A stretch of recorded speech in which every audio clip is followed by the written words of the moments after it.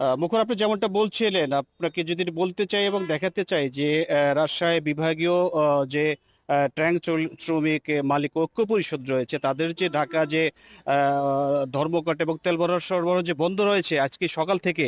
আমি এই মুহূর্তে আছি সিরাজগঞ্জের বাঘাবাড়িতে। আপনাকে যদি দেখাতে চাই, আপনি দেখতে পাচ্ছেন যে এই ট্যাঙ্ক লরিতে কিন্তু উত্তরবঙ্গের পঞ্চগড়, রংপুর, দিনাজপুর, বগুড়া সহ বিভিন্ন জেলাতে কিন্তু তেল সরবরাহ করা হয়। তো তেল সরবরাহ বন্ধর কারণে কিন্তু অলসভাবে পড়ে আছে এই ট্যাঙ্ক লরিগুলো। তো আপনারা সকাল থেকে দেখেছি যে বিভিন্ন পেট্রোল পাম্পের যে বন্ধ ঘোষণা করা হয়েছে, সেই বন্ধে কিন্তু আসলে অনেকেই কিন্তু যারা জ্বালানি নিতে পারছে না, অনেক যানবাহনই। তো সেই ক্ষেত্রে আমরা দেখেছি যে বেশ যাত্রী এবং যারা চালক রয়েছেন তারা কিন্তু গন্তব্যে যেতে বিভিন্ন রকমের ভোগান্তি পোহাতে হচ্ছে। অপরদিকে আমরা যে মালিক শ্রমিক ঐক্য পরিষদ রয়েছে, তার যে নেতৃবৃন্দ রয়েছে, আমরা তাদের সাথে কথা বলেছি। তারা কিন্তু আসলে দফায় দফায় বিভিন্নভাবে মিটিং করছেন এবং বিভিন্নভাবে কিন্তু আসলে তারা যোগাযোগ করছেন যে আসলে এটা কিভাবে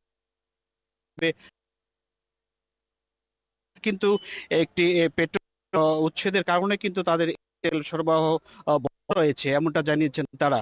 তো এখনো পর্যন্ত আমরা দেখছি যে এখান থেকে কিন্তু এই রয়েছে অয়েল ডিপো রয়েছে, এই ডিপো থেকে কিন্তু এখনো পর্যন্ত কোন রকমের ট্যাঙ্ক লরি বা তেলবাহী যে লরি রয়েছে, সেই লরি কিন্তু এখনো পর্যন্ত ছেড়ে যায়নি।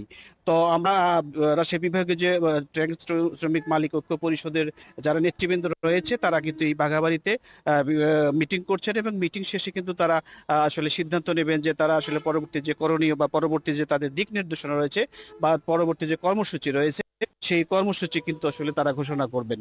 তো এখনো পর্যন্ত আমরা দেখছি যে সিরাজগঞ্জে কিন্তু আমরা দেখেছি যে বিভিন্ন পেট্রোল পাম্পে কিন্তু আসলে যে বন্ধ থাকার কারণে কিন্তু যারা চালক যারা রয়েছে তারা কিন্তু আসলে জানে না যে পেট্রোল পাম্প বন্ধ রয়েছে। অনেকে কিন্তু আমরা দেখছি যে রাস্তায় অনেক কিন্তু মোটরসাইকেল, বাস, ট্রাক কিন্তু আসলে রাস্তায় পড়ে আছে জ্বালানি তেলের অভাবে। তো তারা যেটা জানিয়েছে, যাত্রী এবং যারা চালক রয়েছে তারা যেটা জানিয়েছেন যে আসলে এই মালিক শ্রমিকের যে আসলে যে দাবি এবং এই যে সংকট তৈরি হয়েছে সে সংকট নিরসন করবে এবং এই এই ভোগান্তি থেকে তারা আসলে লাঘব হতে চান। তো সিরাজগঞ্জ থেকে এই ছিল আমার কাছে যে রাজশাহী বিভাগীয় ট্যাঙ্ক শ্রমিক মালিক ঐক্য পরিষদের ডাকা যে তেল সরবরাহ বন্ধ তার সর্বশেষ অবস্থা। মুখর।